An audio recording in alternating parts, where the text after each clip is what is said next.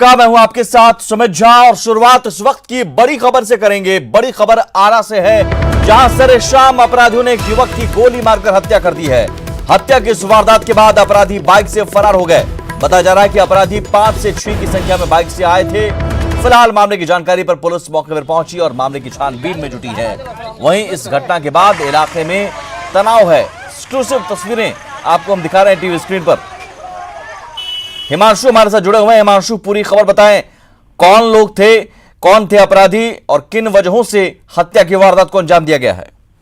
जी बिल्कुल, एक्सक्लूसिव तस्वीरें हैं स्पॉट के। ये तस्वीरें हैं जहां साफ तौर पे देखा जा सकता है कि एक युवक को ताबड़तोड़ गोलियां मारी गई है। युवक को तकरीबन 12 से 13 गोली मारी है अपराधियों ने। 5 से 6 की संख्या में बाइक सवार अपराधी थे जिन्होंने सरेआम इस घटना को अंजाम दिया है। और ये जो युवक है जिसकी मौत हुई है उसका नाम मिथुन पासवान बताया जा रहा है, जो कि गौसगंज का ही रहने वाला है, नगर थाना क्षेत्र के गौसगंज का। और घटना भी उसके घर के पास ही घटी है। यानी जो अपराधी हैं साफ तौर पे कहा जा सकता है कि उन्होंने पहले से ही घात लगा रखी थी और उनकी प्लानिंग थी कि गोली मारनी है। और उन्होंने घर से जैसे ही मिथुन पासवान नाम का युवक बाहर निकला, उसको ताबड़तोड़ गोली मारी और हथियार लहराते हुए फरार हो गए। घटना के बारे में बता दूं सुमित की, घटना के बाद स्पॉट पर से जो मौका वारदात है वहां से एक पिस्टल और कुछ खोखे भी पुलिस ने बरामद किए हैं। लेकिन अभी तक घटना का जो कारण है, वो एक्चुअल जो घटना का कारण वो अभी तक स्पष्ट नहीं हो पाया। लेकिन इस सनसनीखेज वारदात के बाद से ही इलाके में पूरा तनाव है। सदर अस्पताल में अभी बॉडी है मृतक की। वहां अभी सदर एसडीपीओ जो है अजय कुमार वो पहुंचे हैं और मामले की छानबीन में जुटे हैं। परिजनों से भी पूछताछ कर रहे हैं। एक बात और मैं बता दूं सुमित की, जो मृतक है उसके पिता जो है वो सामाजिक कार्यों में भी लगे रहते थे। यानी जो वो इलाका है वहां पर सामाजिक कार्यों में भी रहते थे और लगातार जो कहा गया कि जो समस्याएं थी उनको उठाते थे। और उसके बाद इसकी उनके बेटे की जो हत्या कर दी गई है उसमें कहीं ना कहीं लगता है कि इलाके के जो लोग हैं, इलाके के जो अपराधीगण हैं, उन्हीं की सक्रियता। ठीक है, बहुत शुक्रिया हिमांशु इस जानकारी के लिए। तो आरा में ये हत्या की वारदात सरेराह और ये पिस्टल की तस्वीर, इसी हथियार का इस्तेमाल किया गया और ताबड़तोड़ गोलियां मारी गई। आगे बढ़ते हैं। बिहार में चुनावी शंखनाद हो चुका है। बिसात बिछनी भी शुरू हो चुकी है। लिहाजा चुनावी एजेंडा तय करने में सियासी दल जुट चुके हैं। अब तक यह तय हो चुका है कि इस बार सत्ता की लड़ाई नीतीश के 15 साल बनाम लालू के 15 साल के बीच ही होगा।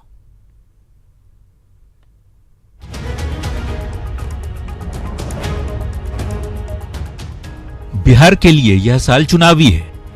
विधानसभा के चुनाव में हालांकि कुछ महीने की देरी है, लेकिन इस बार के सियासी चौसर की बिसात बिछनी शुरू हो गई है।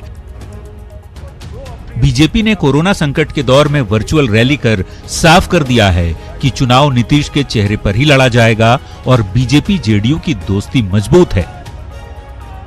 तो जेडीयू के मुखिया और बिहार के मुख्यमंत्री नीतीश कुमार भी लगातार वीडियो कॉन्फ्रेंसिंग के जरिए कार्यकर्ताओं से बूथ स्तर का फीडबैक ले रहे हैं।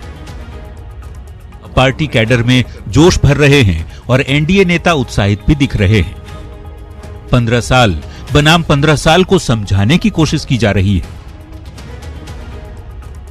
पूरी तरह से प्रदेश को जातिवादी व्यवस्था में झोंक दिया था।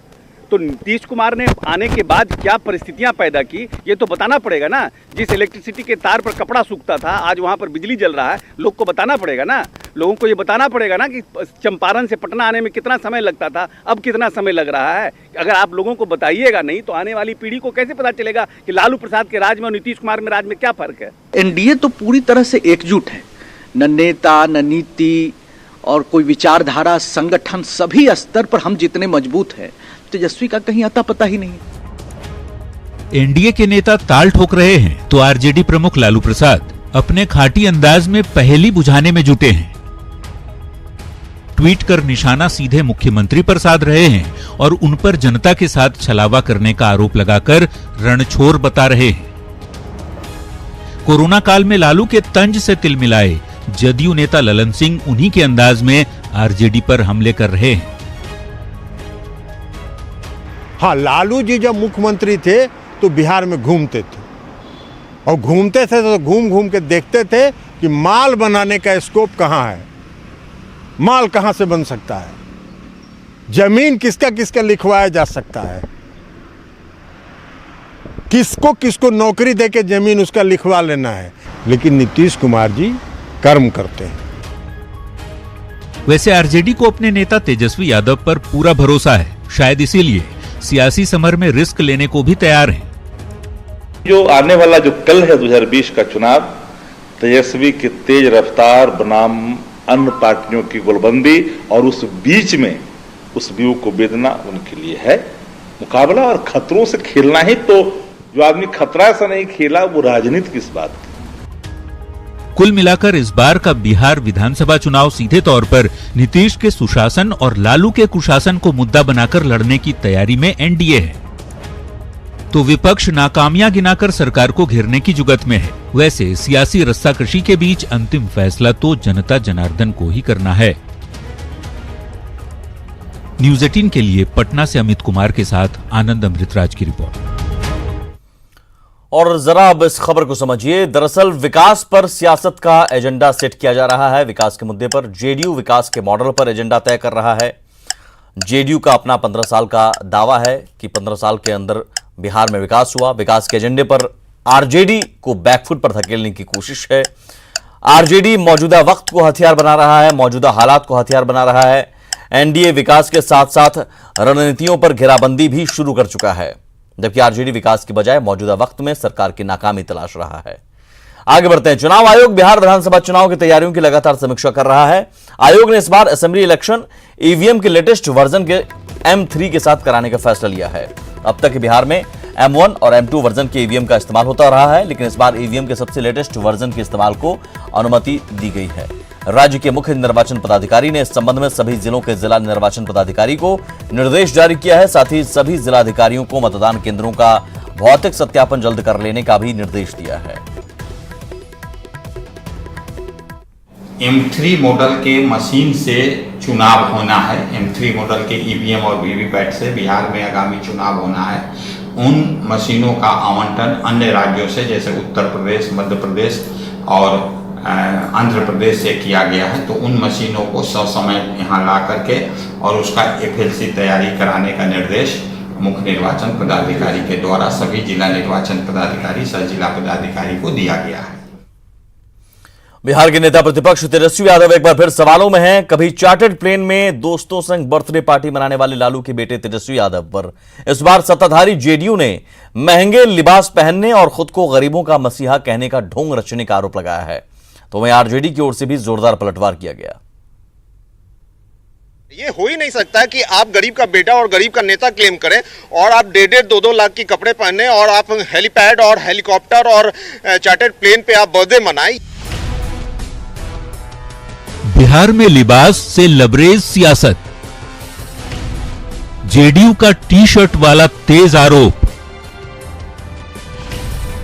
आरजेडी की ड्रेस वाली नसीहत से पलटवार। नेता प्रतिपक्ष तेजस्वी यादव पर सत्ता पक्ष फिर से हमलावर हो गया है। जेडीयू ने लालू के लाल तेजस्वी यादव को खुद को गरीबों का मसीहा बताने वाला ढोंगी राजनेता तक करार दे दिया है। ये महज आरोप ही नहीं, पार्टी नेता इसका सबूत भी दिखा रहे हैं। निखिल मंडल जिस 47,000 का टी शर्ट दिखा रहे हैं, आरोप है इसी टी शर्ट को पहनकर तेजस्वी ने आरजेडी कार्यकर्ताओं के साथ फेसबुक लाइव किया था। सवाल ड्रेस से ज्यादा गरीब तबके के नेता पर उठने लगे। वो बिल्कुल 47,000, 1.5 लाख, 1.5 करोड़ जितने का परिधान उनको पहनना है वो पहन सकते हैं, लेकिन फिर उनकी कथनी और करनी में फर्क नहीं होना चाहिए। वो एक तरफ कहते हैं गरीब का बेटा, गरीब का नेता, सामाजिक न्याय की बात करते हैं, दूसरी तरफ हेलीकॉप्टर पे और चार्टर्ड फ्लाइट पे वो बर्थडे मनाते हैं, बिस्लरी से हाथ धोते हैं। जेडीयू के आरोपों से तिलमिलाए आरजेडी ने सत्ता पक्ष को ड्रेस के जरिए ही नसीहत दी और भड़ास भी निकाली। जेडीयू के संस्कार में नहीं डूबिए निखिल मंडल जी। तेजस्वी यादव जी क्रिकेटर भी रहे हैं और तेजस्वी यादव जी के परिवार में कौन लोग कहाँ रहते हैं ये भी आपको पता है, कौन क्या है। अरे तेजस्वी यादव जी का यूएसपी है राजनीति का, गरीबों का बल, गरीबों के हक और हकूक की लड़ाई। तेजस्वी यादव पर सवाल ऐसे ही नहीं उठाए जा रहे। पिछले साल ही चार्टर्ड प्लेन में अपने खास सहयोगियों के साथ तेजस्वी के बर्थडे पार्टी मनाने की तस्वीरें सोशल मीडिया पर वायरल हुई थी, जिसे लेकर खूब हो हल्ला मचा था। 7 जून को भी बीजेपी अध्यक्ष अमित शाह की वर्चुअल रैली के खिलाफ तेजस्वी अपने परिवार संग थाली पीटते ही नजर आ रहे थे, जबकि उन पर कोरोना संकट के दौरान 55 दिनों तक बिहार छोड़कर दिल्ली में बैठने तक का आरोप है। ऐसे में लिबास वाले आरोपों से सियासत एक बार फिर गर्म हो चली है। न्यूज़ 18 के लिए पटना से आनंद अमृतराज के साथ ब्यूरो रिपोर्ट।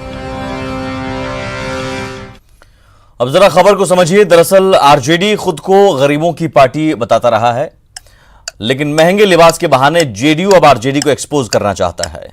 तेजस्वी की गैर मौजूदगी को भी जेडीयू मुद्दा बना रहा है। लोकसभा चुनाव में जेडीयू ने आरजेडी के कोर वोटर में सेंध लगाई थी। आपको याद होगा, लोकसभा चुनाव में आरजेडी को एक भी सीट नहीं मिली थी। आगे बढ़ते हैं हम। अभी ज्यादा वक्त नहीं बीते जब देश भर में मजदूर बिहार लौटे थे, लेकिन फिर उनकी वापसी शुरू हो गई है। सैकड़ों किलोमीटर पैदल चलकर बिहार आए मजदूर अब काम की तलाश में हैं। इरादा बिहार में रहने का है, लेकिन काम नहीं मिलने की वजह से वे वापस लौटने को मजबूर दिख रहे हैं। कोरोना संकट के बीच लॉकडाउन के दौरान बिहार में मजदूरों की वापसी को लेकर भारी सियासी ड्रामा हुआ था। लोग हजार किलोमीटर पैदल चलकर अपने गांव पहुंचे थे। बाद में सरकार ने भी मजदूरों को बुलाने के लिए ट्रेन से लेकर बसें तक चलवाईं। लेकिन 1 जून को लॉकडाउन खुलने के बाद मजदूर अब फिर से पलायन करने लगे हैं। यहाँ काम कोई है नहीं, रोजगार है नहीं, तो क्या करेंगे। वहाँ सरदार फोन करता है आने के लिए, धान लगाओ, यहाँ 2 पैसा ज़्यादा देंगे। खाना वाला सकर सही में इस बात से हम लोग का भी डर है जी। इसमें तो कोई डर तो किसी का पास हिम्मत है ही नहीं है, लेकिन मजबूरी हालात ये है कि चलने का रास्ता नहीं है। 100-150 लोग जो हैं तो वापस हो रहे हैं प्रतिदिन, प्रत्येक गाड़ी में। आंकड़ों के मुताबिक करीब 30 लाख मजदूर बिहार लौटे हैं। नीतीश सरकार ने सबों को ये भरोसा दिलाया था कि यदि वो बिहार में रहना चाहते हैं तो उन्हें काम जरूर मिलेगा। लेकिन किशनगंज, पूर्णिया और सहरसा सहित बिहार के लगभग सभी जिलों से मजदूर पलायन करने लगे हैं। कामगारों का कहना है कि उन्हें बिहार में रोजगार नहीं मिल रहे। जो सरकार कह रहे कि हमारे स्टेट लेवल बाय रोजगार देंगे, जिसकी वजह से हर आदमी अपनी जगह पर रह करके रोजगार हासिल कर सकता है, तो ये फॉल्स है मेरे समझ के एतबार से। रोजगार तो नहीं है यहाँ, रोजगार रहता तो काहे के लिए जाता हम लोग। सरकार लाख दावे कर ले कि बिहार लौटे सभी मजदूरों को काम दिलाने में सरकार सक्षम है, लेकिन हकीकत यही है कि बहुत से मजदूरों को काम नहीं मिल रहा। पापी पेट के लिए पलायन इन मजदूरों की मजबूरी है। हो सकता है मजदूरों के बाहर जाने पर बिहार में फिर सियासत तेज हो, क्योंकि सामने विधानसभा चुनाव है। लेकिन इसका समाधान कैसे निकलेगा, इस पर सब मौन हैं। न्यूज़ 18 के लिए किशनगंज से आशीष, पूर्णिया से राजेंद्र पाठक और सहरसा से अनुभव की रिपोर्ट। अभी तक बिहार में दरअसल 30 लाख मजदूर वापस आ चुके हैं। अचानक 30 लाख लोगों को रोजगार देना आसान भी नहीं है। सरकार अपने स्तर से कोशिश कर रही है। सरकार का दावा है कि हम सभी को रोजगार देने की कोशिश करेंगे, लेकिन कोरोना से जंग जीतना भी सरकार की बड़ी चुनौती है और मौजूदा वक्त में मजदूरों के सामने रोजी रोटी की समस्या है। लिहाजा दूसरे राज्यों में पलायन मजदूरों की एक मजबूरी भी है। इन सब के बीच दूसरे राज्यों से बिहार लौटे प्रवासी मजदूरों के सामने एक नई समस्या है। मुश्किलों से बचने के लिए बिहार पहुंचे, लेकिन यहां काम मिल नहीं रहा, आय का कोई दूसरा साधन नहीं। ऐसे में वे कर्ज के जाल में भी फंसने लगे हैं।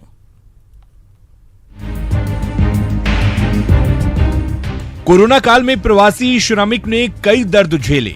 कोई सैकड़ों मील पैदल चला तो कोई हजारों किलोमीटर का सफर साइकिल से तय कर अपने घर लौटा। लेकिन घर पहुंचने के बाद भी सुकून नहीं मिली तो एक नई परेशानी, जो पैदल चलने से भी कहीं ज्यादा कठिन है। कोरोना के कारण लगे लॉकडाउन में मजदूरों का दूसरे राज्यों में बसा बसाया घर और रोजगार छिन गया।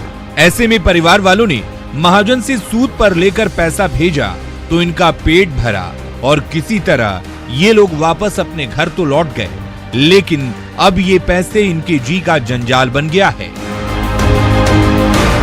लॉकडाउन लग गया, खाने पीने का पैसा नहीं था तो घर से कर्ज लेकर गए। वाइफ 10,000 रुपया कर्ज लेके भेजी तो 4,000 किराया लगा, आज 6,000 बैठ के खाए। हम लॉकडाउन में फंसे हुए थे फरीदाबाद में। यहाँ से बच्चे लोग जो हैं पैसा खोज कर भेजे हैं तो हम आए हैं। लड़की का शादी किए थे उसमें परेशानी था, कर्जा था, सदा नहीं, वहाँ भी बैठ कर खाए, यहाँ भी ऐसे कर्जा लेकर जो है आए हैं 4,000। तो हम लोग वहाँ से अपना पैसा 6-7 हज़ार रुपये लगा के आए, 10% के ब्याज पे गया है यहाँ से। हाँ, घर से। अब हम लोग करीब 10,000 रुपये भेजा गया था यहाँ से। कोरोना संकट के बीच पश्चिम चंपारण जिले में अब तक 90,000 से ज्यादा श्रमिक घर पहुंच चुके हैं। ये प्रवासी श्रमिक अब काम की तलाश कर रहे हैं, जिससे समय पर ब्याज का भुगतान महाजन को कर सकें। नहीं तो 5% से लेकर 10% तक का ब्याज देने वाले महाजन की रकम इतनी ज्यादा हो जाएगी कि मजदूर मूलधन भी नहीं लौटा सकेंगे। वहाँ हम कंपनी में काम करते थे और सैलरी नहीं मिलने की वजह से दिक्कत हो गया, तो मैं अपने लड़का के पास फ़ोन किया तो अपने यहाँ से भेजा किसी से लेके। वो आदमी आज मांग रहा है, तो यही दिक्कत है। अब क्या करेंगे, जो कैसे चुकाएंगे? अब काम नहीं मिल रहा है। हम तो देहरादून से आए हैं, 10,000 रुपये अपना घर से ब्याज को मंगवाए थे और उसी से किराया लगा कर आए हैं। और घर पे जाएंगे, लॉकडाउन हटेगा तो फिर आएंगे तो कर्जा से देंगे। राज्य सरकार प्रवासी श्रमिकों को सरकारी योजनाओं में काम देने का दावा तो कर रही है, लेकिन लाखों की संख्या में पहुंचे श्रमिकों को काम देना भी सरकार के लिए एक चुनौती है। ऐसे में प्रवासी श्रमिकों की जिंदगी मानो रात के अंधेरे में कहीं गुम हो गई है। पर ये श्रमिक उम्मीद का दामन थाम सुबह होने का इंतजार कर रहे हैं, लेकिन कोरोना संकट में रात का अंधेरा छटने और सुबह होने की कोई उम्मीद नजर नहीं आ रही है।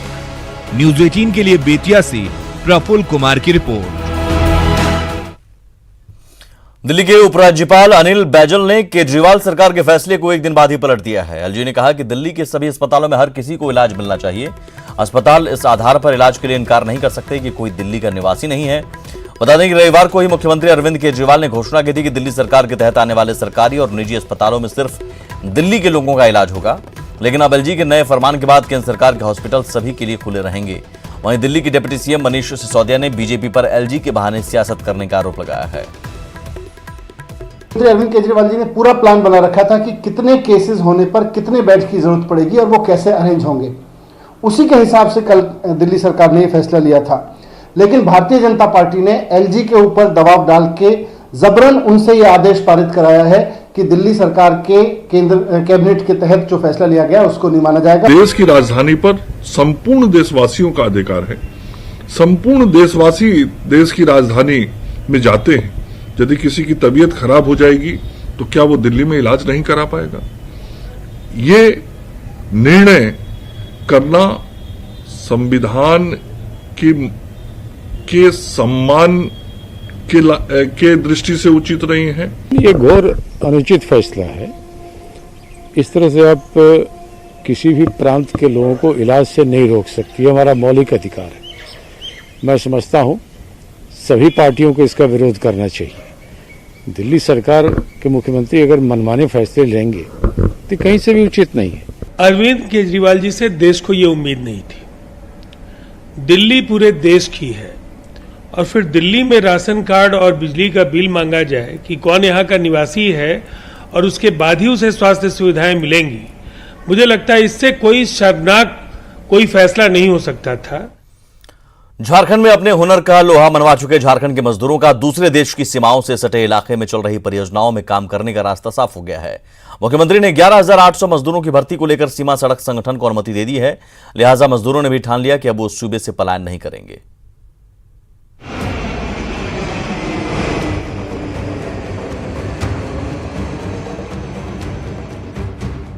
रेल और बस के बाद झारखंड के प्रवासी मजदूरों की घर वापसी हवाई जहाज से हो रही है। लेह में फंसे राज्य के 55 प्रवासी मजदूर आज एक बार फिर रांची लौटे। एयरपोर्ट पर कृषि मंत्री बादल पत्रलेख और पीएचईडी मंत्री मिथिलेश ठाकुर ने सभी मजदूरों का स्वागत किया, जिसके बाद सभी प्रवासी मजदूरों को बसों के जरिए उनके गृह जिलों में भेजा गया। इस दौरान लेह से लौटे मजदूरों ने दोबारा राज्य के बाहर नहीं जाने की कस्में खाई। उनका कहना है कि ठेकेदार और एजेंसी ने उनके साथ धोखाधड़ी की, मजदूरी भी पूरे नहीं दिए। फिर से जाना चाहेंगे क्या आप? नहीं जाएंगे। क्या करेंगे आप उसके बाद? हाँ? क्या करेंगे? घर इधर ही क्या करेंगे। आपको कौन लेके गया था? मैं। पैसा पूरा मिलता था? नहीं, पूरा नहीं मिलता था। कितना मिलता था? 10,000 महीना में। प्रवासी मजदूरों के साथ धोखाधड़ी पर सरकार ने गंभीरता दिखाई है। कृषि मंत्री बादल पत्रलेख ने एयरपोर्ट से ही दुमका डीसी को पूरे मामले की जांच के आदेश दिए, साथ ही दोषियों के खिलाफ कार्रवाई का भी निर्देश दिया। इनके साथ जिसने भी ठगी की, जो एजेंसी हो या बिचौलिया दलाल हो, आप उसके विरुद्ध कार्रवाई सुनिश्चित करें। अभी हमने एयरपोर्ट से ही ये निर्देश वहाँ के जिला उपायुक्त बी राजेश्वरी को दे दिया है। हालांकि इस बीच मुख्यमंत्री हेमंत सोरेन ने राज्य के 11,800 मजदूरों की भर्ती को लेकर बीआरओ यानी बॉर्डर रोड ऑर्गेनाइजेशन को अनुमति दी है। सूत्रों की माने तो श्रमिकों के कल्याण को लेकर लिखित आश्वासन मिलने के बाद ये स्वीकृति दी गई। यह अनुमति इस शर्त पर दी गई है कि बीआरओ को अंतर्राज्यीय प्रवासी श्रमिक कानून 1979 के तहत उन्हें एक कर्मचारी के तौर पर पंजीकृत करना होगा और झारखंड के सभी श्रमिकों की सीधी नियुक्ति भी करनी होगी। Bureau report, news 18। और इसी के साथ इस बुलेटिन में इतना ही। नमस्कार।